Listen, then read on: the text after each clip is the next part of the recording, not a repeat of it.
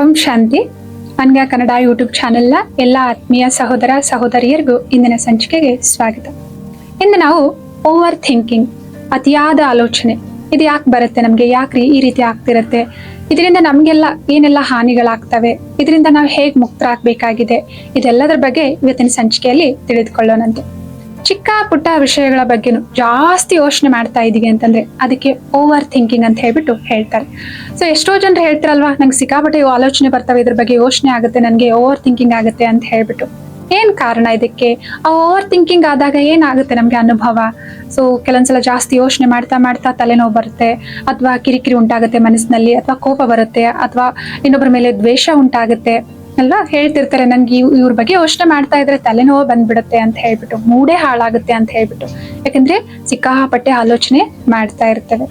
ಯಾಕೆ over thinking ಆಗುತ್ತೆ ನಮ್ಗೆ? ಯಾಕೆ ನಾವು ಅಷ್ಟೊಂದು ಯೋಚನೆ ಮಾಡ್ತೇವೆ? ಮತ್ತೆ ಈ ಓವರ್ ಥಿಂಕಿಂಗ್ ಅಥವಾ ಅತಿಯಾದ ಆಲೋಚನೆ ಯಾವಾಗ ನಡೆಯುತ್ತೆ ನಮ್ಗೆ?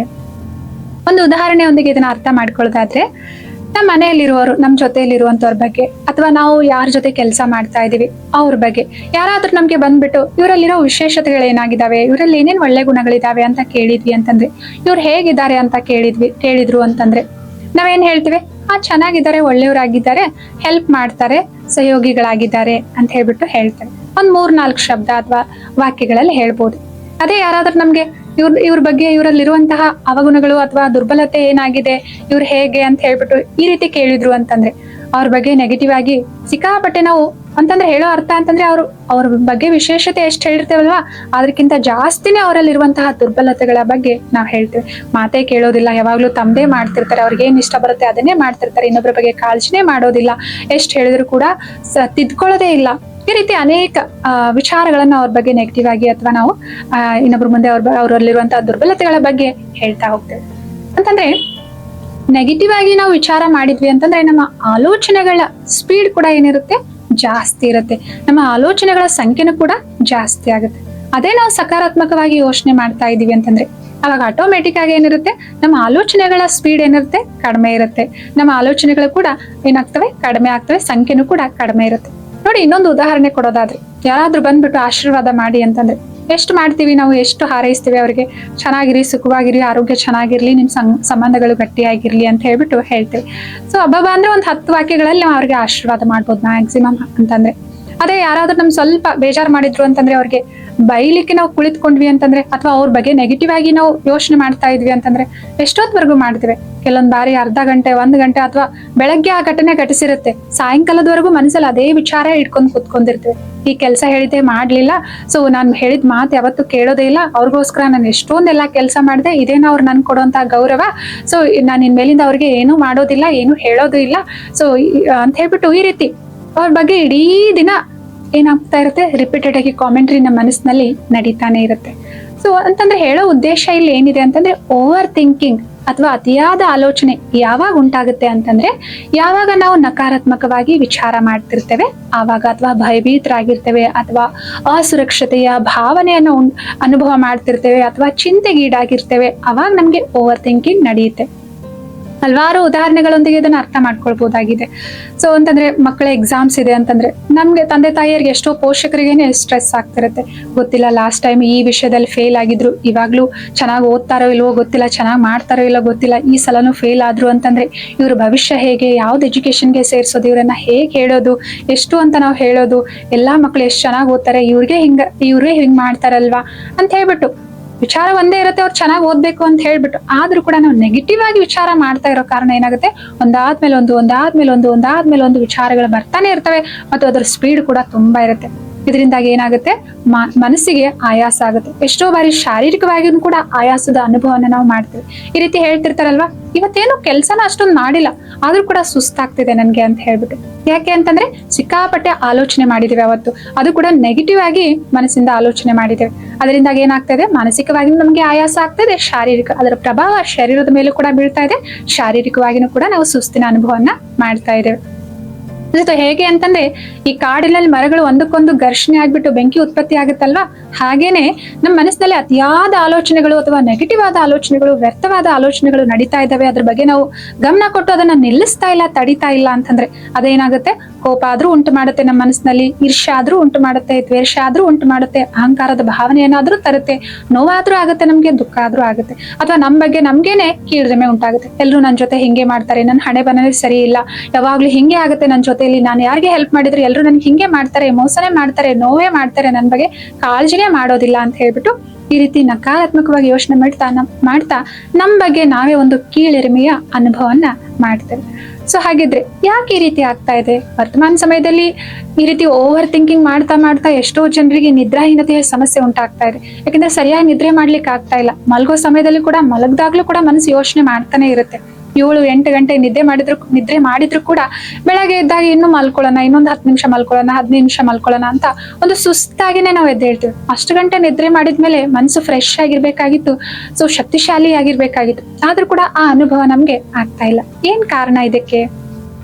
ಕಾರಣ ಏನು ಅಂತಂದ್ರೆ, ನಾವು ರಾತ್ರಿ ಮಲಗಿದ್ದೇವೆ, ಶರೀರ ವಿಶ್ರಾಮ ಮಾಡ್ತಾ ಇದೆ, ಆದ್ರೆ ಮನಸ್ಸು ವಿಶ್ರಾಮ ಮಾಡ್ತಾ ಇಲ್ಲ. ಮನಸ್ಸು ಅವಾಗ್ಲೂ ಕೂಡ ಯೋಚನೆ ಮಾಡ್ತಾನೆ ಇದೆ. ಸೊ ಕಂಟಿನ್ಯೂಸ್ ಆಗಿ ಯಾವುದೇ ಒಂದು ವಸ್ತುವನ್ನ ನಾವು ಬಳಸ್ತಾ ಇದೀವಿ ಅಂತಂದ್ರೆ, ಬಲೆ ಅದು ನಮ್ಮ ಮೊಬೈಲ್ ಆದ್ರೂ ಆಗಿರ್ಬೋದು, ಲ್ಯಾಪ್ಟಾಪ್ ಆದ್ರೂ ಆಗಿರ್ಬೋದು, ಅಥವಾ ವಾಷಿಂಗ್ ಮೆಷಿನ್ ಆದ್ರೂ ಆಗಿರ್ಬೋದು, ಯಾವ್ದಾದ್ರೂ ಅದು ಕಂಟಿನ್ಯೂಸ್ ಆಗಿ ನಾವು ಬಳಸ್ತಾನೆ ಇದೀವಿ ಅಂತಂದ್ರೆ ಏನಾಗುತ್ತೆ, ಓವರ್ ಹೀಟ್ ಆಗ್ತವೆ, ಅಥವಾ ಕೆಲಸ ಮಾಡೋದನ್ನೇ ನಿಲ್ಲಿಸ್ಬಿಡ್ತವೆ, ಅಥವಾ ಅವುಗಳ ಎಫಿಷಿಯನ್ಸಿ ಕಡಿಮೆ ಆಗುತ್ತೆ ಅಲ್ವಾ. ಅವಾಗ ಅವುಗಳಿಗೆ ಬ್ರೇಕ್ ಅಂತ ಕೊಡ್ಬೇಕಾಗುತ್ತೆ ನಾವು. ಹಾಗೇನೆ ನಮ್ಮ ಮನಸ್ಸನ್ನ ನಾವು ಕಂಟಿನ್ಯೂಸ್ ಆಗಿ ಯೂಸ್ ಮಾಡ್ತಾ ಇದೀವಿ ಅಂತಂದ್ರೆ, ಅದು ಕೂಡ ವ್ಯರ್ಥವಾಗಿ ಯೂಸ್ ಮಾಡ್ತಾ ಇದೀವಿ ಅಂತಂದ್ರೆ ನಮ್ಮ ಆಂತರಿಕ ಶಕ್ತಿಗಳ ಸೋರ್ವಿಕೆ ಆಗ್ತಾ ಇದೆ, ಮತ್ತು ನಮ್ಗೆ ಆಯಾಸ ಆಗ್ತಾ ಇದೆ, ಸುಸ್ತಾಗ್ತಾ ಇದೆ. ಆದ್ರೂ ಕೂಡ ಎಳೆದು ಮನಸ್ಸನ್ನ ಮತ್ತೆ ಕೆಲಸ ಕಾರ್ಯದಲ್ಲಿ ತೊಡಗಿಸ್ತಾ ಇದೀವಿ ಅಂತಂದ್ರೆ ನಮ್ಮ ಕಾರ್ಯಕ್ಷಮತೆನೂ ಕೂಡ ಕಡಿಮೆ ಆಗಿರುತ್ತೆ. ಒಂದ್ ಅರ್ಧ ಗಂಟೆಯಲ್ಲಿ ಆಗ್ಬೇಕಾಗಿರುವಂತಹ ಕೆಲಸ 2 ಗಂಟೆ ತೆಗೆದುಕೊಳ್ಳುತ್ತೆ. ಅದು ಕೂಡ ನಮ್ಗೆ ಟೆನ್ಷನ್ ಆಗುತ್ತೆ. ನಿನ್ನೆ ಅರ್ಧ ಗಂಟೆಯಲ್ಲಿ ಆಯ್ತು, ಇವತ್ತು ನೋಡಿದ್ರೆ 2 ಗಂಟೆ ತಗೋತಾ ಇದೆ, ಆಗ್ತಾನೆ ಇಲ್ಲ ಇದು ಅಂತ ಹೇಳ್ಬಿಟ್ಟು ಅದಕ್ಕೂ ಕೂಡ ನಾವೇನ್ ಮಾಡ್ತಾ ಇರ್ತೇವೆ, ಒತ್ತಡವನ್ನ ಅನುಭವ ಮಾಡ್ತಾ ಇರ್ತೇವೆ. ಹಾಗಿದ್ರೆ ಯಾಕೆ ಇದು ವರ್ತಮಾನದಲ್ಲಿ ಜಾಸ್ತಿ ಆಗ್ತಾ ಇದೆ ಓವರ್ ಥಿಂಕಿಂಗ್ ಅನ್ನೋದು? ಯಾಕೆ ಈ ರೀತಿ ನಿದ್ರಾಹೀನತೆಯ ಸಮಸ್ಯೆಗೆ ಇದು ಕಾರಣ ಆಗ್ತಾ ಇದೆ? ಮಕ್ಕಳು ಕೂಡ ತುಂಬಾ ಹೈಪರ್ ಆಕ್ಟಿವ್ ಆಗಿರ್ತಾರೆ. ಒಂದ್ ಸ್ಥಳದಲ್ಲಿ ಕುತ್ಕೊಳ್ಳೋದೇ ಇಲ್ಲ, ಜಂಪ್ ಮಾಡ್ತಾ ಇರ್ತಾರೆ, ಜಿಗ್ದಾಡ್ತಾ ಇರ್ತಾರೆ, ಕೂಗಾಡ್ತಾ ಇರ್ತಾರೆ, ಅಥವಾ ಸಾಮಾನುಗಳನ್ನ ಎಲ್ಲಿಟ್ಟಿರ್ತೀವಿ ಅಲ್ಲಿ ಇಡೋದೇ ಇಲ್ಲ. ಹೇಳ್ತಾರಲ್ವಾ, ಈಗಿನ ಮಕ್ಕಳಂತೂ ತುಂಬಾ ಹೈಪರ್ ಆಕ್ಟಿವ್ ಆಗಿರ್ತಾರೆ, ಅಂತಂದ್ರೆ ಜಾಸ್ತಿ ಆಕ್ಟಿವ್ ಆಗಿರ್ತಾರೆ ಅಂತ ಹೇಳ್ಬಿಟ್ಟು. ಯಾಕೆ ಹಂಗಾಯ್ತು? ಅವ್ರು ಕೂಡ ಅಷ್ಟೊಂದು ಆಕ್ಟಿವ್ ಆಗಿ ಯಾಕಿದ್ದಾರೆ? ಇದು ಆಕ್ಟಿವ್ ಆಗಿರೋ ತಪ್ಪಂತಲ್ಲ, ಆದ್ರೆ ಕೆಲವೊಂದ್ ಮಕ್ಳು ಏನ್ ಮಾಡ್ತಾರೆ, ಇದ್ದಿದ್ದನ್ನ ಎಲ್ಲಾ ವಸ್ತುಗಳನ್ನ ಚಲ್ಲಾಪಿಲಿ ಮಾಡ್ತಿರ್ತಾರೆ, ಇಟ್ಟಿದ್ದನ್ನ ಇಡೋದಿಲ್ಲ, ನೆಮ್ಮದಿಯಾಗಿ ಕುತ್ಕೊಳ್ಳೋದೇ ಇಲ್ಲ, ಯಾವಾಗ್ಲೂ ಕೂಗಾಡೋದು, ಕಿರ್ಚಾಡೋದು ಮಾಡ್ತಿರ್ತಾರಲ್ವಾ. ಸೊ ಇದರಿಂದ ಏನಾಗ್ತಿರತ್ತೆ, ಪೋಷಕರಲ್ಲಿ ಕೆಲವೊಂದ್ಸಲ ಅಯ್ಯೋ ಸ್ವಲ್ಪ ಸುಮ್ನೆ ಕುತ್ಕೋಬಾರ್ದಾ, ಸುಮ್ನೆ ಶಾಂತವಾಗಿ ಆಟ ಆಡ್ಬಾರ್ದಾ ಅಂತ ಹೇಳ್ಬಿಟ್ಟು ಅನಿಸ್ತಿರುತ್ತೆ ಅವ್ರಿಗೆ ಅಲ್ವಾ. ಇನ್ನೊಬ್ರು ಕೂಡ ಜಾಸ್ತಿ ಮಾತಾಡ್ತಾ ಇದ್ದಾರೆ ಅಂತಂದ್ರೆ, ಯಾವಾಗ್ಲೂ ಮಾತಾಡ್ತಾನೆ ಇರ್ತಾರೆ ಅಂತಂದ್ರೆ ನಾವ್ ಹೇಳ್ತೀವಲ್ಲ, ಸ್ವಲ್ಪ ಹೊತ್ತು ಸುಮ್ನೆ ಇದ್ಬಿಡಿ, ಶಾಂತವಾಗಿದ್ದು ಬಿಡಿ ಅಂತ ಹೇಳ್ಬಿಟ್ಟು. ಯಾಕೆಂದ್ರೆ ನಾವು ಎಷ್ಟು ಯೋಚನೆ ಮಾಡ್ತೇವೆ, ಎಷ್ಟು ಮಾತಾಡ್ತಾ ಇರ್ತೇವೆ, ಅದ್ರಲ್ಲಿ ಒಂದು ಸಾರ ಇದ್ರೆ ಓಕೆ, ಇಲ್ಲ ಅಂತಂದ್ರೆ ಏನಾಗುತ್ತೆ, ನಮ್ಮ ಆಂತರಿಕ ಶಕ್ತಿಗಳು ಏನಾಗ್ತಿರ್ತವೆ, ನಷ್ಟ ಆಗ್ತಾನೆ ಇರ್ತವೆ. ನಮ್ಮ ಮನಸ್ಥಿತಿನೂ ಕೂಡ ಬೇಸರ ಅಥವಾ ಒಂದು ಇರಿಟೇಷನ್, ಇಂಥ ಅನುಭವನ ನಾವು ಮಾಡ್ತೇವೆ. ಹಾಗಿದ್ರೆ ಕಾರಣ ಏನು? ಓವರ್ ಥಿಂಕ್ ಮಾಡ್ಬೇಕು ಅಂತಂದ್ರೆ ಏನ್ ಕಾರಣ ಇದಕ್ಕೆ? ವರ್ತಮಾನ ಸಮಯದಲ್ಲಿ ಸಾಕಷ್ಟು ನಾವು ಸೋಷಿಯಲ್ ಮೀಡಿಯಾನ ಯೂಸ್ ಮಾಡ್ತಾ ಇದ್ವಿ. ಸೋಷಿಯಲ್ ಮೀಡಿಯಾ ಯೂಸ್ ಮಾಡೋದು ತಪ್ಪು ಅಂತ ನಾನು ಹೇಳ್ತಾ ಇಲ್ಲ, ಆದ್ರೆ ಅದು ಬಲೆ ಫೇಸ್ಬುಕ್ ಆದ್ರೂ ಆಗಿರ್ಬೋದು, ಇನ್ಸ್ಟಾಗ್ರಾಮ್ ಆದ್ರೂ ಆಗಿರ್ಬೋದು, ವಾಟ್ಸಪ್ ಆದ್ರೂ ಆಗಿರ್ಬೋದು, ಅಥವಾ ಯೂಟ್ಯೂಬ್ ಆದ್ರೂ ಆಗಿರ್ಬೋದು. ಆದ್ರೆ ಯಾವ ರೀತಿಯ ಕಂಟೆಂಟ್ ಅನ್ನ ಅಲ್ಲಿ ನಾವು ನೋಡ್ತಾ ಇದೀವಿ, ಅಥವಾ ಟಿವಿನೇ ಆಗಿರ್ಬೋದು, ನ್ಯೂಸ್ ಆದ್ರೂ ಆಗಿರ್ಬೋದು, ಇನ್ಯಾವುದಾದ್ರೂ ಕಾರ್ಯಕ್ರಮಗಳಾಗಿರ್ಬೋದು, ಆದ್ರೆ ಅದರಲ್ಲಿ ಕಂಟೆಂಟ್ ಏನಿದೆ ಅನ್ನೋದು ಮುಖ್ಯ ಆಗಿದೆ. ಯಾಕೆಂತಂದ್ರೆ ಜಗತ್ತಿನ ಎಲ್ಲಾ ನ್ಯೂಸು ಅದ್ರಲ್ಲಿ ಬರ್ತಾ ಇರುತ್ತೆ. ಸೊ ಅಲ್ಲಿ ಆಕ್ಸಿಡೆಂಟ್ ಆಯ್ತು, ಇಲ್ಲಿ ದುರ್ಘಟನೆ ಆಯ್ತು, ಇಲ್ಲಿ ಕಳ್ಳತನ ಆಯ್ತು, ಇಲ್ಲಿ ಅತ್ಯಾಚಾರ ಆಯ್ತು, ಇಲ್ಲಿ ಹೀಗಾಯ್ತು, ಇಲ್ಲಿ ದರೋಡೆ ಆಯ್ತು, ಇಲ್ಲಿ ಇಷ್ಟು ನಷ್ಟ ಆಯ್ತು, ಇಂಥದ್ದೇ ಜಾಸ್ತಿ ಅಲ್ಲಿ ಇರ್ತವೆ. ಸೊ ಒಳ್ಳೆ ನ್ಯೂಸ್ ಇದ್ರೂ ಕೂಡ ಅದು ಸ್ವಲ್ಪ ಸಮಯಕ್ಕಾಗಿ ಮಾತ್ರ ಇರುತ್ತೆ. ಜಾಸ್ತಿ ಕಂಟೆಂಟ್ ಅಂತಂದ್ರೆ ಇಂಥದ್ದೇ ಇರುತ್ತೆ ಅಲ್ವಾ. ಸೊ ಇದನ್ನೆಲ್ಲ ನೋಡ್ತಾ ನಾವು ಅದ್ರ ಬಗ್ಗೆ ಏನ್ ನೋಡ್ತೇವೆ, ಏನ್ ಕೇಳ್ತೇವೆ, ಏನ್ ಮಾತಾಡ್ತೇವೆ, ಅಥವಾ ಏನನ್ನ ನಾವು ಓದ್ತಾ ಇದ್ದೇವೆ, ಅದೆಲ್ಲಾನು ಕೂಡ ಏನ್ ಮಾಡುತ್ತೆ, ಮನಸ್ಸಿಗೆ ಒಂದು ಇನ್ಫಾರ್ಮೇಶನ್ ತರ, ಮಾಹಿತಿ ತರ. ಯಾವಾಗ ನಾವು ನೆಗೆಟಿವ್ ಕಂಟೆಂಟ್ ಅನ್ನು ನೋಡ್ತೇವೆ, ಯಾವ್ದ್ರಲ್ಲಿ ಭಯ ಇದೆ, ಯಾವ್ದ್ರಲ್ಲಿ ಹಿಂಸೆ ಇದೆ, ಯಾವ್ದ್ರಲ್ಲಿ ಅಸುರಕ್ಷತೆ ಇದೆ, ಚಿಂತೆ ಇದೆ, ಅಥವಾ ಯಾವ್ದ್ರಲ್ಲಿ ಜಗಳ ಇದೆ, ಕದನಗಳಿದೆ, ಇಂಥವೆಲ್ಲ ನೋಡಿದಾಗ ಮನಸ್ಸು ಅದನ್ನ ಬೇಗ ಹಿರ್ಕೊಂಡ್ಬಿಡುತ್ತೆ, ಅದ್ರ ಬಗ್ಗೆ ಜಾಸ್ತಿ ಯೋಚನೆ ಮಾಡುತ್ತೆ. ಒಂದು ಉದಾಹರಣೆ ನೋಡೋದಾದ್ರೆ, ಬೆಳಗ್ಗೆ ಎದ್ಬಿಟ್ಟು ನಾವು ಟಿವಿ ಚಾನಲ್ ಹಾಕಿದ್ದೇವೆ, ನ್ಯೂಸ್ ನೋಡ್ತಾ ಇದ್ದೇವೆ, ಏನಾಗ್ತಾ ಇದೆ ನೋಡೋಣ ಅಂತ ಹೇಳ್ಬಿಟ್ಟು ಟಿವಿ ಆನ್ ಮಾಡಿದ್ದೇವೆ ಅಂತಂದ್ರೆ, ಅವತ್ತು ಜೋರಾಗಿ ಮಳೆ ಬರ್ತಾ ಇದೆ. ಸೊ ರಸ್ತೆಯಲ್ಲೆಲ್ಲ ನೀರ್ ನಿಂತ್ಕೊಂಡಿದೆ, ಕೆಲ್ಸಕ್ಕೆ ಹೋಗೋರು ಹೋಗ್ತಾ ಇದ್ದಾರೆ, ಯಾರೋ ಅಲ್ಲಿ ರಸ್ತೆಯಲ್ಲಿ ತಗ್ಗು ಇತ್ತಿರೋದು ನೋಡ್ಲಿಲ್ಲ, ಬಿದ್ದೋಗ್ಬಿಟ್ರು, ಅವ್ರಿಗೆ ಇನ್ನೊಬ್ರು ಹೋಗ್ತಿರ್ಬೇಕಾದ್ರೆ ಅವರು ಕೂಡ ಬಿದ್ದೋಗ್ಬಿಟ್ರು, ಗಾಯ ಆಗ್ಬಿಡ್ತು ಜಾಸ್ತಿ ಅಂತಂದ್ರೆ ಆ ದೃಶ್ಯ ನೋಡಿದ್ವಿ ನಾವು. ನೋಡ್ಬಿಟ್ಟು ಏನಾಗುತ್ತೆ ಇವಾಗ, ಅಯ್ಯೋ ಬೆಳಗ್ಗೆನೆ ಈ ಮಳೆ ಬರ್ತಾ ಇದೆ ಅಲ್ವಾ, ಸೊ ಸ್ಕೂಲ್ಗೆ ಹೋಗೋರ್ಗೆ ಕೆಲ್ಸಕ್ಕೆ ಹೋಗೋರ್ಗೆ ಎಷ್ಟೊಂದು ಕಷ್ಟ ಆಗುತ್ತೆ. ಸೊ ಪಾಪ ಆ ವ್ಯಕ್ತಿನೂ ಕೂಡ ಆ ವ್ಯಕ್ತಿನೂ ಕೂಡ ಆಫೀಸ್ಗೆ ಹೋಗ್ಬೇಕಂತ ದಿನಾಲು ಹೋಗೋ ರೀತಿನೇ ಹೋಗ್ತಾ ಇದಾರೆ ನೋಡಿ. ಇವಾಗ ಅವ್ರಿಗೆ ಫ್ರಾಕ್ಚರ್ ಆಯ್ತು, ಕಾಲ್ ಗಾಯ ಆಯ್ತು, ಎಷ್ಟೊಂದು ಕಷ್ಟ ಆಗುತ್ತಲ್ವಾ ಅವ್ರಿಗೆ. ಪಾಪ ಅವ್ರ ಜೊತೆ ಹೀಗಾಗ್ಬಾರ್ದಾಗಿತ್ತು, ಆ ದೇವ್ರಿಗೆ ಕರುಣೆನೇ ಇಲ್ಲ, ದಯಾನೇ ಇಲ್ಲ ಅಂತ ಹೇಳ್ಬಿಟ್ಟು ನಾನು ಇವಾಗ ಆಫೀಸ್ಗೆ ಹೋಗ್ಬೇಕಲ್ಲ, ಹೆಂಗ್ ಹೋಗೋದು, ವೆದರೇ ಸರಿ ಇಲ್ಲ. ಈ ರೀತಿ ಒಂದು ಘಟನೆನ ನೋಡ್ಬಿಟ್ಟು ಎಷ್ಟೊಂದ್ ಜನರ ಬಗ್ಗೆ ಯೋಚನೆ ಮಾಡ್ಬಿಟ್ವಿ. ವೆದರ್ ಬಗ್ಗೆ ಬೈಕೊಂಡ್ವಿ, ಅದ್ರ ಬಗ್ಗೆ ನಮ್ಗೆ ನಿಯಂತ್ರಣ ಇಲ್ಲ ಅಲ್ವಾ, ಅಲ್ಲಿ ಸ್ವೀಕಾರ ಮಾಡ್ಬೇಕಾಗಿತ್ತು, ಅದನ್ನ ನಾವು ದೂರ್ತಾ ಇದ್ದೇವೆ. ಮತ್ತೆ ಆ ವ್ಯಕ್ತಿ ಬಗ್ಗೆನೂ ಯೋಚನೆ ಮಾಡ್ತಾ ಇದ್ದೇವೆ, ಪಾಪ ಹಿಂಗಾಗ್ಬಾರ್ದಾಗಿತ್ತು ಅಂತ. ಆ ವ್ಯಕ್ತಿಗೂ ಕೂಡ ಏನ್ ಮಾಡ್ತಾ ಇದ್ದೇವೆ, ಅವ್ರ ಪರಿಸ್ಥಿತಿಯಲ್ಲಿ ಇನ್ನು ನಾವು ಆತಂಕ ಅಥವಾ ಚಿಂತೆಯ ಭಾವನೆಯನ್ನ ಕಳಿಸ್ತಾ ಇದ್ದೇವೆ. ಸೊ ಇದರಿಂದ ಅವರ ಮಾನಸಿಕವಾಗಿ ಅವರು ಕೂಡ ಇನ್ನು ಏನಾಗ್ತಾರೆ, ಹೋಗ್ತಾರೆ. ಮತ್ತು ದೇವ್ರಿಗೂ ಕೂಡ ಇದ್ರಲ್ಲಿ ನಾವು ಬೈತಾ ಇದ್ದೇವೆ ಕೆಲವೊಂದ್ಸಲ, ಮತ್ತು ನಮ್ ಬಗ್ಗೆನು ಹೆಂಗಪ್ಪ ಮಾಡೋದಂತ ಕಿರಿಕಿರಿಗೊಳ್ತಾ ಇದ್ದೇವೆ ಅಲ್ವಾ. ಅಂತಂದ್ರೆ ನಾವ್ ಏನ್ ಕಂಟೆಂಟ್ ಈ ತರ ಎಲ್ಲ ನೋಡ್ಲೇಬಾರ್ದ, ಹಾಗಿದ್ರೆ ಜಗತ್ತಲ್ಲಿ ಏನಾಗ್ತಾ ಇದೆ ಅಂತ ಹೇಳ್ಬಿಟ್ಟು ಪ್ರಶ್ನೆ ಬರ್ಬೋದು. ನೋಡ್ಲೇಬಾರ್ದು ಅಂತಲ್ಲ, ಆದ್ರೆ ಬೆಳಗ್ಗೆ ನೋಡೋದ್ರಿಂದ ಅಥವಾ ರಾತ್ರಿ ಮಲ್ಗೋಕ್ಕಿಂತ ಮುಂಚೆ ನೋಡೋದ್ರಿಂದ ನಮ್ಮ ಮನಸ್ಸಿನ ಮೇಲೆ ನಮ್ಮ ಸಬ್ ಕಾನ್ಸಿಯಸ್ ಮೈಂಡ್ ಈ ಟೈಮಲ್ಲಿ ಆಕ್ಟಿವ್ ಆಗಿರೋ ಕಾರಣ ಇದು ಆಳವಾಗಿ ನಾವು ತೆಗೆದುಕೊಂಡು ಬಿಡ್ತೇವೆ. ಜಾಸ್ತಿ ಸಮಯದವರೆಗೂ ಇಂಥ ಮಾಹಿತಿ ನಮಗೆ ನೆನಪಿರುತ್ತೆ, ಮತ್ತೆ ನಮ್ಮ ವಿಚಾರಗಳು ಅದೇ ರೀತಿ ನಡೀತಾ ಇರ್ತವೆ. ಸೊ ಆದ್ರಿಂದ ಜಗತ್ತಿನ ಜಗತ್ತಿನಲ್ಲಿ ಏನಾದ್ರೂ ನಡೀತಾ ಇದೆ, ಏನ್ ನೋಡ್ಬೇಕು, ಜಗತ್ತಿನಲ್ಲಿ ಏನ್ ನಡೀತಾ ಇದೆ ಅಂತ ಹೇಳ್ಬಿಟ್ಟು ನ್ಯೂಸ್ ನೋಡ್ಬೇಕಂತಂದ್ರೆ ಖಂಡಿತವಾಗ್ಲೂ ನೋಡಿ. ಆದ್ರೆ ದಿನದ ಸಮಯದಲ್ಲಿ ಯಾವಾಗ್ಲಾದ್ರೂ ಒಂದು 5 ನಿಮಿಷ ಅಥವಾ 10 ನಿಮಿಷ ಸಮಯ ತೆಗೆದುಕೊಂಡು ನ್ಯೂಸ್ ಪೇಪರ್ ಮೂಲಕ ನೀವು ನೋಡಿದ್ರಿ ಅಂತಂದ್ರೆ, ಸೊ ನಮ್ಮ ಇನ್ಫಾರ್ಮೇಶನ್ಗೋಸ್ಕರ ನಾವು ನೋಡ್ತಾ ಇದೀವಲ್ವಾ. ಆದ್ರೆ ಬೆಳಗ್ಗೆ ಇಂತ ಎಲ್ಲ ನೋಡೋದ್ರಿಂದ ಏನಾಗುತ್ತೆ, ಮನಸ್ಸಿನ ಮೇಲೆ ಆಳವಾಗಿ ಪ್ರಭಾವ ಬೀರುತ್ತೆ. ಅದೇ ರೀತಿ ನಾವು ಆಲೋಚನೆಗಳನ್ನ ಮಾಡ್ಲಿಕ್ಕೆ ಶುರು ಮಾಡ್ತೇವೆ ಮತ್ತು ಓವರ್ ಥಿಂಕಿಂಗ್ ಅಥವಾ ಜಾಸ್ತಿ ಆಲೋಚನೆ ಮಾಡುವಂತ ಸಮಸ್ಯೆನ ನಾವು ಎದುರಿಸ್ತೇವೆ. ಮತ್ತೆ ಎರಡನೇದಾಗಿ ಸೋಷಿಯಲ್ ಮೀಡಿಯಾದಲ್ಲಿ ಏನಾಗ್ತಿರತ್ತೆ ಅಂತಂದ್ರೆ, ಕಂಪ್ಯಾರಿಸನ್ ನಡೀತಿರುತ್ತೆ, ಕಾಂಪಿಟೇಷನ್ ತರ ಅನುಭವ ಮಾಡ್ತೇವೆ ನಾವು. ಯಾರಾದ್ರೂ ಅವರು ಹೊರಗಡೆ ಹೋದಿದ್ದು, ಟೂರ್ ಹೋದಿದ್ದು, ಟ್ರಿಪ್ಪಿಗೆ ಹೋದಿದ್ದು ಫೋಟೋವನ್ನ ಅಥವಾ ಫ್ಯಾಮಿಲಿ ಫೋಟೋವನ್ನ ಅಲ್ಲಿ ಪೋಸ್ಟ್ ಮಾಡ್ತಾ ಇದ್ದಾರೆ ಅಂತಂದ್ರೆ ನಾವು ಅವರನ್ನ ನೋಡ್ತೇವೆ, ನಮ್ಗೆ ಅನ್ಸುತ್ತೆ ಇವರೆಲ್ಲ ಎಷ್ಟು ಖುಷಿ ಆಗಿದಾರಲ್ವಾ, ಎಷ್ಟು ಚೆನ್ನಾಗಿದಾರಲ್ವಾ, ಇವ್ರ ಲೈಫ್ ಎಲ್ಲ ಎಷ್ಟು ಬ್ಯೂಟಿಫುಲ್ ಆಗಿದೆ ಅಲ್ವಾ ಅಂತ ಹೇಳ್ಬಿಟ್ಟು ಹೋಲಿಕೆ ಮಾಡ್ಕೊಳಿಕ್ ಪ್ರಾರಂಭ ಮಾಡ್ತೇವೆ. ಅಥವಾ ಇವ್ರು ಸುಂದರವಾಗಿದಾರಲ್ವಾ ನೋಡ್ಲಿಕ್ಕೆ, ನನ್ನಲ್ಲಿ ಇಷ್ಟು ಸುಂದರತೆ ಇಲ್ವಲ್ಲ, ಅಥವಾ ಇವ್ರು ಒಳ್ಳೆ ಕೆಲಸ ಮಾಡ್ತಾ ಇದ್ರೆ ಎಷ್ಟು ಸಕ್ಸಸ್ಫುಲ್ ಆಗಿದಾರಲ್ವಾ, ನನ್ನ ಜೀವನದಲ್ಲಿ ಇನ್ನೂ ಸಕ್ಸಸ್ಫುಲ್ ಆಗಿಲ್ಲ ಅಲ್ವಾ ಅಂತ ಹೇಳ್ಬಿಟ್ಟು ಈ ರೀತಿ ಹೋಲಿಕೆ ಮಾಡ್ಕೊಳಿಕ್ ಪ್ರಾರಂಭ ಮಾಡ್ತೇವೆ. ಸೊ ಅದರಿಂದನೂ ಕೂಡ ನಮ್ ಬಗ್ಗೆ ನಮ್ ಜೀವನ ನೋಡ್ಕೊಂಡ್ರೆ ನಮ್ ಜೀವನ ನಮ್ಗೆ ಅಷ್ಟು ಚೆನ್ನಾಗ್ ಅನ್ಸೋದಿಲ್ಲ, ಅಥವಾ ನಮ್ ಬಗ್ಗೆ ನಾವೇ ಒಂದ್ ರೀತಿ ಕೀಳ್ರಮಿಯ ಅನುಭವವನ್ನ ಮಾಡ್ತೇವೆ. ಮತ್ತೆ ಎಷ್ಟೋ ಬಾರಿ ಪಾಲಿಟಿಕಲ್ ಪಾರ್ಟಿಗಳು ಯಾವ್ದಾದ್ರು ಒಂದು ವಿಷಯದ ಬಗ್ಗೆ ವಾದ ವಿವಾದ ನಡೀತಾ ಇದೆ ಅಂತಂದ್ರೆ ಅವಾಗ್ಲೂ ಕೂಡ ನಾವು ಒಂದು ಪಾರ್ಟಿಯನ್ನ ಸಪೋರ್ಟ್ ಮಾಡ್ತೀವಿ ಅಂತಂದ್ರೆ ಇನ್ನೊಬ್ರು ಈ ರೀತಿ ಹೇಳ್ತಾ ಇದಾರಲ್ಲ ಅಂತ ಹೇಳ್ಬಿಟ್ಟು ಅದ್ರ ಬಗ್ಗೆನೂ ಕೂಡ ಏನ್ ಮಾಡ್ತಾ ಇದೀವಿ, ಜಾಸ್ತಿ ಹೊತ್ತು ವಿಚಾರ ಮಾಡ್ತೇವೆ, ನೆಗೆಟಿವ್ ಆಗಿ ವಿಚಾರ ಮಾಡ್ತೇವೆ. ಮತ್ತೆ ಯಾರಾದ್ರೂ ನಮ್ಗೆ ಇಷ್ಟವಾಗಿರೋ ಫೇವ್ರೆಟ್ ಆಕ್ಟರ್ ಬಗ್ಗೆ ಅಥವಾ ಏನಾದ್ರೂ ನ್ಯೂಸ್ ಇತ್ತು ಅಂತಂದ್ರೆ ಅದು ಅಷ್ಟೊಂದು ಚೆನ್ನಾಗಿರ್ಲಿಲ್ಲ ಇವತ್ತು ಅಂತಂದ್ರೆ, ಸೊ ಅದ್ರ ಬಗ್ಗೆ ನಮ್ದು ಸಿಕ್ಕಾಪಟ್ಟೆ ಏನಾಗುತ್ತೆ, ಆಲೋಚನೆಗಳು ಬೆಳಗ್ಗೆ ನಡೀಲಿಕ್ಕೆ ಪ್ರಾರಂಭ ಆಗುತ್ತೆ. ಸೊ ಆದ್ರಿಂದ ನಾವು ಸೋಷಿಯಲ್ ಮೀಡಿಯಾದಲ್ಲಿ ಅವೆಲ್ಲಾನು ಕೂಡ ಒಳ್ಳೆ ಉದ್ದೇಶಕ್ಕಾಗಿ ನಿರ್ಮಾಣ ಆಗಿದ್ದಾವೆ, ತಯಾರು ಮಾಡಲಾಗಿದೆ. ಆದ್ರೂ ಕೂಡ ಅವುಗಳೇ ಅಡಿಕ್ಟಿವ್ ಆಗ್ಬಿಡ್ತೇವೆ ನಾವು. ಅಂತಂದ್ರೆ ಸ್ವಲ್ಪ ಸಮಯ ಇದೆ, ಒಂದ್ 5 ನಿಮಿಷ ಮೊಬೈಲ್ ನೋಡೋಣ, ಒಂದ್ 5 ನಿಮಿಷ ಯಾವ್ದಾದ್ರು ಶಾರ್ಟ್ಸ್ ನೋಡೋಣ ಅಂತ ಹೇಳ್ಬಿಟ್ಟು ಓಪನ್ ಮಾಡ್ತೇವೆ. ಹೆಂಗ್ ಅರ್ಧ ಗಂಟೆ ಆಗುತ್ತೆ, 45 ಮಿನಿಟ್ಸ್ ಆಗುತ್ತೆ ಅಥವಾ 1 ಗಂಟೆ ಆಗುತ್ತೆ ಅಂತ ಗೊತ್ತೇ ಆಗೋದಿಲ್ಲ. ಅಂತಂದ್ರೆ ಒಂದಾದ್ಮೇಲೆ ಒಂದು ಅನ್ಲಿಮಿಟೆಡ್ ಕಂಟೆಂಟ್ ಅಲ್ಲಿ ಇದೆ. ಸೊ ಆದ್ರಿಂದ ನಾವು ಸ್ವಲ್ಪ ನಮ್ಗೆ ಕಾಳಜಿ ವಹಿಸ್ಲಿಲ್ಲ, ಯಾವ ರೀತಿ ಕಂಟೆಂಟ್ ಅನ್ನ ನಾನು ನೋಡ್ಬೇಕು, ಯಾವ ರೀತಿ ನೋಡ್ಬಾರ್ದು, ಎಷ್ಟು ಸಮಯ ನಾನು ಈ ಮಾಧ್ಯಮವನ್ನ ಬಳಸಬೇಕು ಅಂತ ನಮ್ಮ ಮೇಲೆ ನಾವೇ ನಿಯಂತ್ರಣವನ್ನ ಇಟ್ಕೊಳ್ಳಿಲ್ಲ ಅಂತಂದ್ರೆ ಏನಾಗುತ್ತೆ, ಇಂಥ ಎಲ್ಲ ಮಾಹಿತಿಯನ್ನ ನಾವು ಗ್ರಹಿಸ್ಬಿಡ್ತೇವೆ. ಅವಾಗ ನಮ್ಗೇನೆ ಮಾನಸಿಕವಾಗಿ ಕಷ್ಟ ಆಗುತ್ತೆ. ನೋಡಿ, ಊಟ ಮಾಡ್ಬೇಕಾದ್ರೆ ಟೇಬಲ್ ಮೇಲೆ ವೆರೈಟಿ ಆಗಿರುವಂತ ಬಗೆಯ ಅಡಿಗೆ ಇದಾವೆ, ಆದ್ರೆ ನಾವ್ ಯಾವಾಗ್ಲೂ ಆಯ್ಕೆ ಮಾಡ್ಕೊಳ್ತೀವಲ್ವಾ, ಯಾವ್ದು ನನ್ನ ಶರೀರಕ್ಕೆ ಸೂಟ್ ಆಗುತ್ತೆ, ನನ್ನ ಆರೋಗ್ಯಕ್ಕೆ ಹೊಂದಾಣಿಕೆ ಆಗುತ್ತೆ ಅಂತ ಆಹಾರನ ಮಾತ್ರ ನಾವು ಸೇವನೆ ಮಾಡ್ತೇವೆ.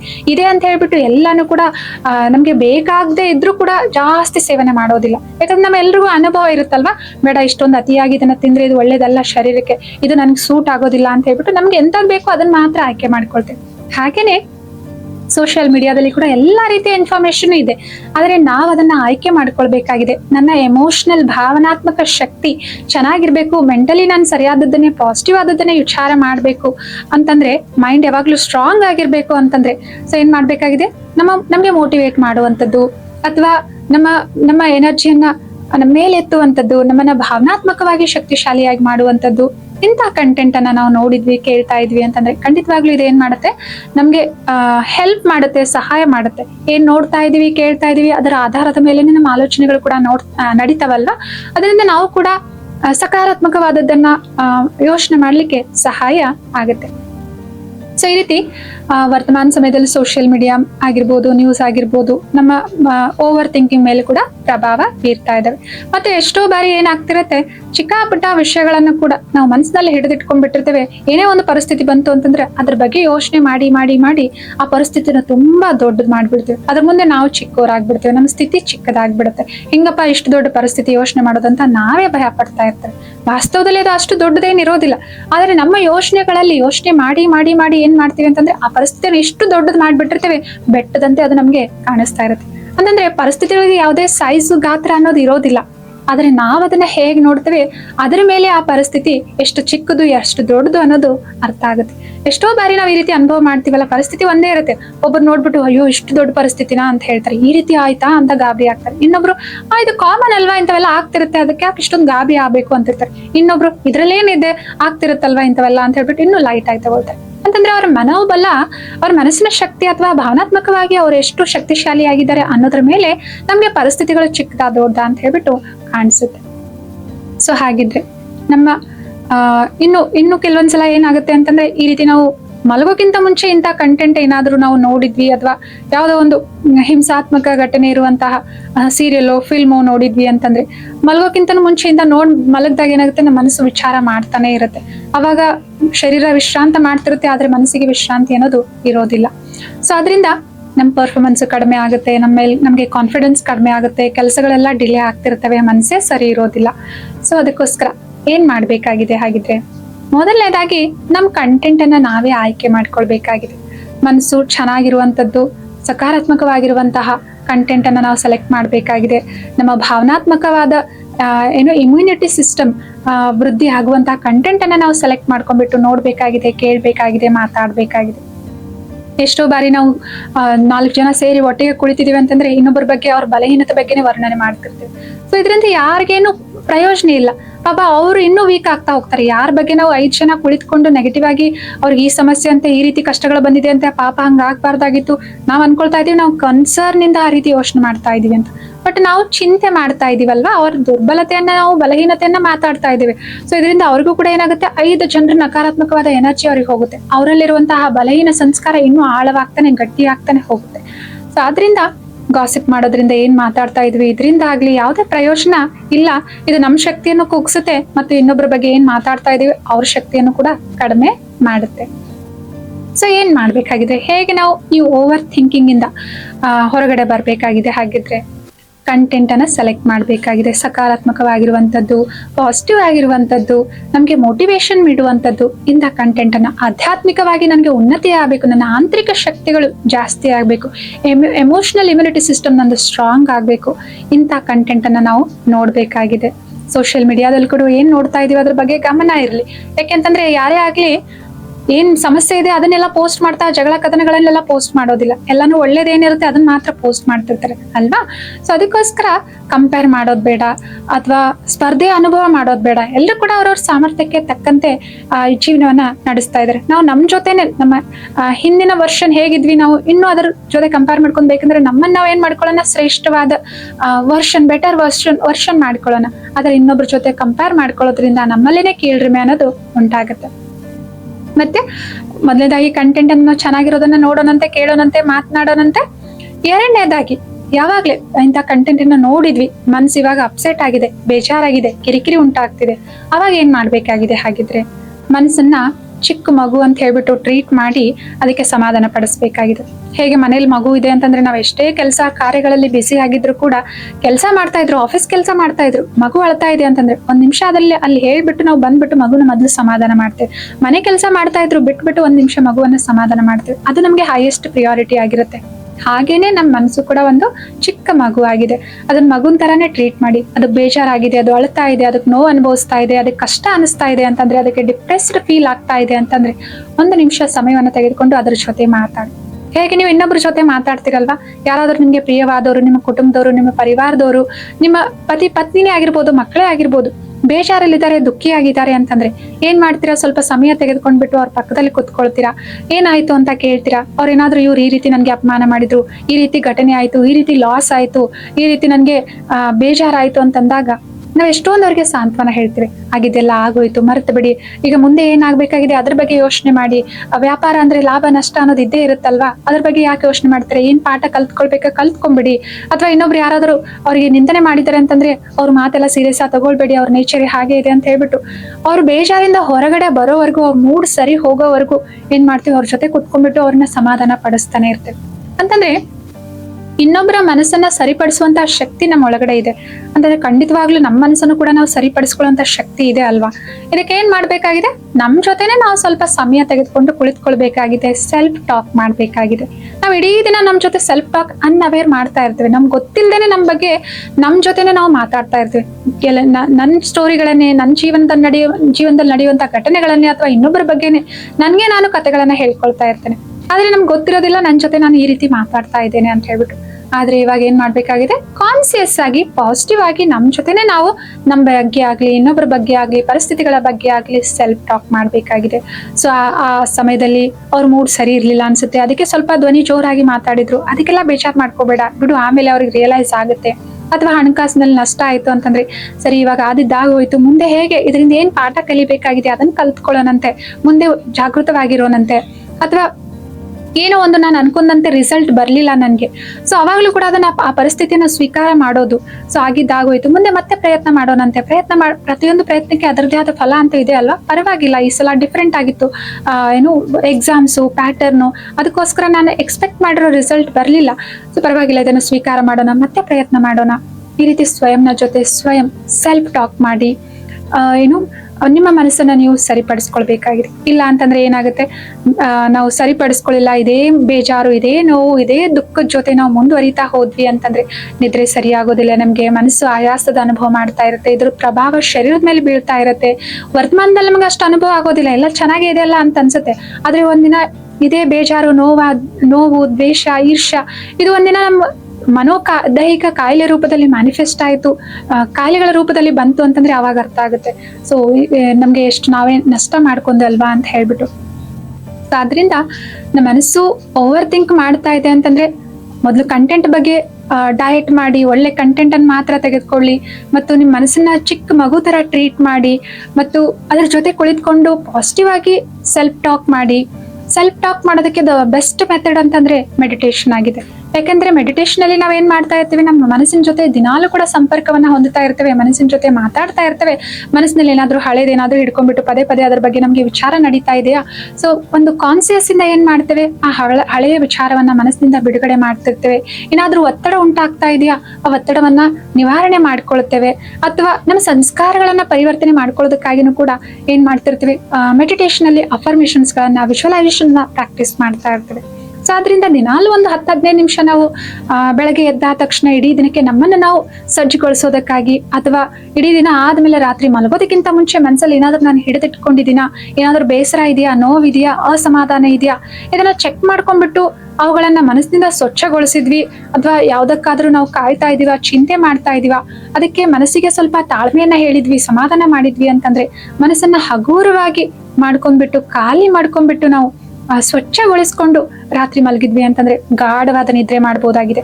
ಇದರಿಂದ ನಮ್ಮ ಶರೀರದ ಹೀಲಿಂಗ್ ಕೂಡ ಆಗುತ್ತೆ, ನಮ್ಮ ಮೆಮರಿ ಪವರ್ ಚೆನ್ನಾಗಾಗುತ್ತೆ, ನಾವು ಬೆಳಗ್ಗೆ ಎದ್ದಾಗ ಫ್ರೆಶ್ ಆಗಿ ಎನರ್ಜೆಟಿಕ್ ಆಗಿ ಏನ್ ಮಾಡ್ತೀವಿ, ಅನುಭವ ಮಾಡ್ತೀವಿ. ಮತ್ತೆ ಜೀವನದಲ್ಲಿ ಯಾವುದೋ ಒಂದು ಸಮಸ್ಯೆಗೆ ನಮ್ಗೆ ಉತ್ತರ ಹೊಳಿತಾ ಇಲ್ಲ ಅಂತಂದ್ರೆ ನಮ್ ಫ್ರೆಶ್ ಆಗಿರುವಂತಹ ಮೈಂಡ್ ಬೆಳಗ್ಗೆ ಎದ್ದ ತಕ್ಷಣ ಅದ್ರ ಬಗ್ಗೆ ಏನೋ ಒಂದು ಸೊಲ್ಯೂಷನ್, ಉತ್ತರ ನಮ್ಗೆ ಬರುತ್ತೆ. ಅದನ್ನ ಇಂಟ್ಯೂಷನ್ ಅಂತ ಹೇಳ್ತೀವಿ ನಾವು.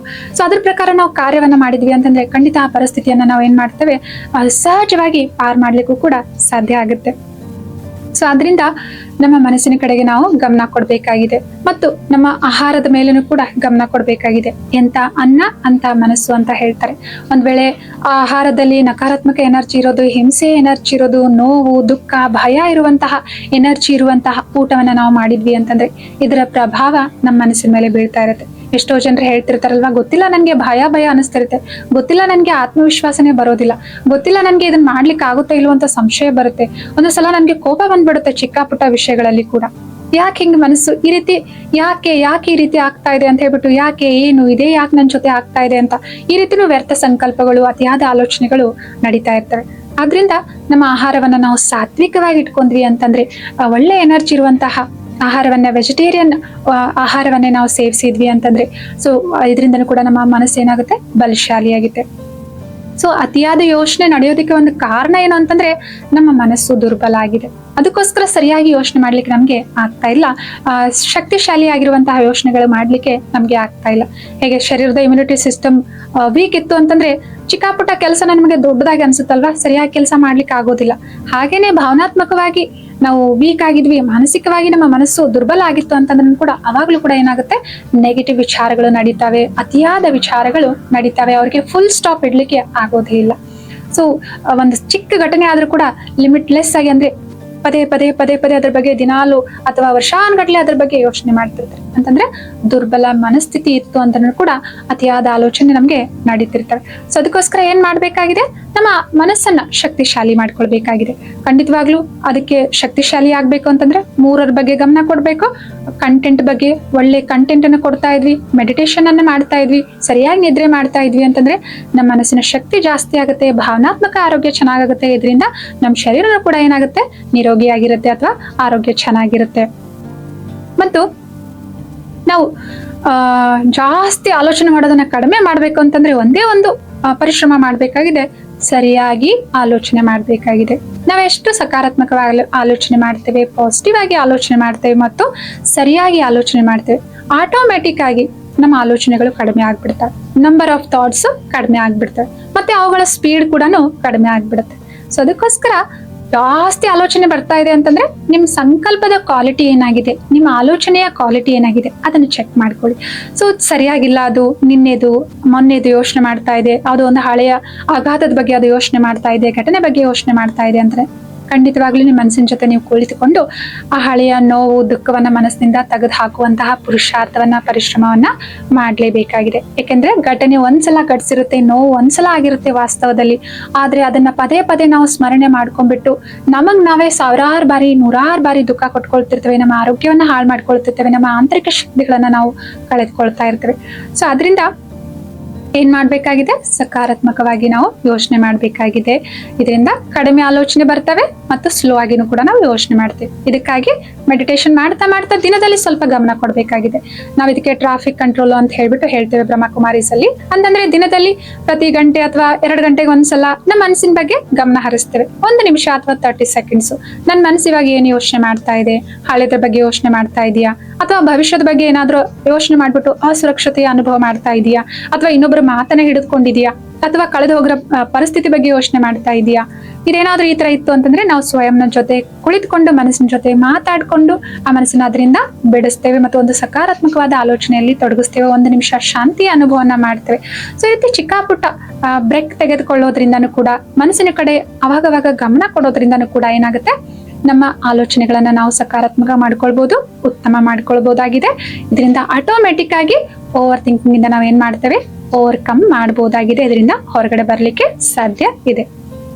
ಹಾಗಿದ್ರೆ ಕಂಟೆಂಟ್ ಫಿಲ್ಟರ್ ಮಾಡಿ, ಚೆನ್ನಾಗಿ ನಿದ್ರೆ ಮಾಡಿ, ಊಟದ ಕಡೆ ಗಮನ ಕೊಡಿ. ನೀವು ಸಂಪಾದನೆ ಮಾಡುವಂತ ಹಣದ ಮೂಲನೂ ಕೂಡ ಸಾತ್ವಿಕವಾಗಿರ್ಬೇಕಾಗಿದೆ. ಅದು ಕೂಡ ಏನಾದ್ರೂ ಅದರಲ್ಲಿ ಇನ್ನೊಬ್ಬರಿಗೆ ದುಃಖ ನೋವು ಕೊಟ್ಬಿಟ್ಟು ಅಂತ ಹಣ ಸಂಪಾದನೆ ಮಾಡಿ ಅದರಿಂದ ಅನ್ನ ತಂದು ಊಟ ಮಾಡ್ತಾ ಇದೀವಿ ಅಂತಂದ್ರೆ ಅದು ಕೂಡ ನಮ್ಮ ಮನಸ್ಸಿನ ಮೇಲೆ ಏನಾಗ್ತಿರುತ್ತೆ, ನೆಗೆಟಿವ್ ಆಗಿ ಪ್ರಭಾವ ಬೀರ್ತಾ ಇರುತ್ತೆ. ಖುಷಿ ಇರೋದಿಲ್ಲ, ನೆಮ್ಮದಿ ಇರೋದಿಲ್ಲ, ಸಂತೋಷ ಇರೋದಿಲ್ಲ. ಪ್ರಶ್ನೆ ಅವಾಗ ಯೋಚನೆ ನಡೀತಲ್ವಾ, ಎಲ್ಲಾ ಇದೆ ಜೀವನದಲ್ಲಿ, ಆದ್ರೂ ನೆಮ್ಮದಿ ಇಲ್ಲ, ಖುಷಿ ಇಲ್ಲ, ಯಾಕೆ ನನ್ನ ಜೀವನದಲ್ಲಿ ಹೇಗಿದೆ ಅಂತ ಹೇಳ್ಬಿಟ್ಟು. ಯಾಕೆ ಅಂತಂದ್ರೆ ನಮ್ಮ ಹಣದ ಮೂಲ ಏನಾಗಿದೆ ಅದನ್ನು ಕೂಡ ನಾವು ಚೆಕ್ ಮಾಡ್ಕೊಳ್ಬೇಕಾಗಿದೆ. ಮತ್ತು ಮಧ್ಯದಲ್ಲಿ ಟ್ರಾಫಿಕ್ ಕಂಟ್ರೋಲ್ ಅದೇ ಅಂದ್ರೆ 1 ಗಂಟೆ 2 ಗಂಟೆ ನಂತರ ನಮ್ಮ ಮನಸ್ಸಿನ ಕಡೆ ಗಮನ ಕೊಟ್ವಿ ಅಂತಂದ್ರೆ ಖಂಡಿತವಾಗ್ಲೂ ಈ ಓವರ್ ಥಿಂಕಿಂಗ್ ಅನ್ನ, ಅತಿಯಾದ ಆಲೋಚನೆಯನ್ನ ನಾವ್ ಏನ್ ಮಾಡ್ಬೋದಾಗಿದೆ, ಗೆಲ್ಬಹುದಾಗಿದೆ. ಒಂದು ಬಲಶಾಲಿಯಾಗಿರುವಂತಹ ಮನಸ್ಸನ್ನ ನಾವು ಹೊಂದಬಹುದಾಗಿದೆ. ಎಮೋಷನಲ್ ಆಗಿ ನಾವು ಶಕ್ತಿಶಾಲಿಯಾಗಿರ್ಲಿಕ್ಕೆ ಸಾಧ್ಯ ಇದೆ. ಇದರಿಂದ ನಮ್ಮ ದೈಹಿಕ ಆರೋಗ್ಯನೂ ಚೆನ್ನಾಗಿರುತ್ತೆ, ನಮ್ಮ ಸಂಬಂಧಗಳು ಚೆನ್ನಾಗಿರ್ತವೆ, ನಾವು ಕೆಲಸ ಮಾಡುವಂತ ನಮ್ಮ ಕಾರ್ಯಕ್ಷಮತೆನೂ ಕೂಡ ಚೆನ್ನಾಗಿರುತ್ತೆ. ಸೊ ಇದರಿಂದ ಸಾಕಷ್ಟು ಲಾಭಗಳಿದ್ದಾವೆ. ನೀವು ಕೂಡ ಏನಾದ್ರೂ ಓವರ್ ಥಿಂಕಿಂಗ್ ಇದರ ಅನುಭವ ಮಾಡ್ತಾ ಇದ್ರಿ ಅಂತಂದ್ರೆ ಸೊ ಖಂಡಿತವಾಗ್ಲೂ ಇವುಗಳನ್ನ ಅಪ್ಲೈ ಮಾಡಿ ನೋಡಿ, ಪ್ರಯೋಗ ಮಾಡಿ ನೋಡಿ. ನಿಮ್ಮ ರಿಸಲ್ಟ್ ಅನ್ನ ಖಂಡಿತವಾಗ್ಲೂ ಕಾಮೆಂಟ್ ಬಾಕ್ಸ್ ನಲ್ಲಿ ತಿಳಿಸಿ. ಆತ್ಮೀಯ ಸಹೋದರ ಸಹೋದರಿಯರೇ, ಈ ವಿಷಯದ ಬಗ್ಗೆ ನಿಮ್ಗೆ ಏನಾದ್ರೂ ಪ್ರಶ್ನೆಗಳಿದ್ವು ಅಂತಂದ್ರೆ ಈ ವಿಡಿಯೋದ ಕಾಮೆಂಟ್ ಬಾಕ್ಸ್ ನಲ್ಲಿ ನೀವು ನಮ್ಗೆ ಕೇಳಬಹುದಾಗಿದೆ. ಸೊ ನಾವು ಮುಂದೆ ಬರುವಂತಹ ಲೈವ್ ಸೆಷನ್ ಅಲ್ಲಿ ನಿಮ್ಗೆ ಅದಕ್ಕೆ ಖಂಡಿತವಾಗ್ಲೂ ಕೂಡ ಉತ್ತರವನ್ನ ಹೇಳ್ತೀವಿ ಅಂತ. ಅಥವಾ ನೇರವಾಗಿ ಕರೆಯನ್ನ ಮಾಡಿ ನಮ್ ಜೊತೆ ಮಾತಾಡ್ಲಿಕ್ಕೆ ಇಷ್ಟಪಡ್ತೀರಾ, ನಿಮ್ಮ ಪ್ರಶ್ನೆಯನ್ನ ಕೇಳಲಿಕ್ಕೆ ಬಯಸ್ತೀರಾ ಅಂತಂದ್ರೆ ಈ ಸ್ಕ್ರೀನ್ ನಲ್ಲಿ ತೋರಿಸಲಾಗಿರುವಂತಹ ಮೊಬೈಲ್ ಸಂಖ್ಯೆಗೆ ನೀವು ಕರೆ ಮಾಡಬಹುದಾಗಿದೆ. ಮುಂದಿನ ಸಂಚಿಕೆಯಲ್ಲಿ ಇನ್ನೊಂದು ಸುಂದರವಾದ ವಿಷಯದೊಂದಿಗೆ ನಾವೆಲ್ಲರೂ ಕೂಡ ಭೇಟಿಯಾಗೋಣಂತೆ. ಅಲ್ಲಿವರೆಗೂ ನಮ್ಮೆಲ್ಲರಿಗೂ ಕೂಡ ನಮಸ್ತೆ. ಓಂ ಶಾಂತಿ.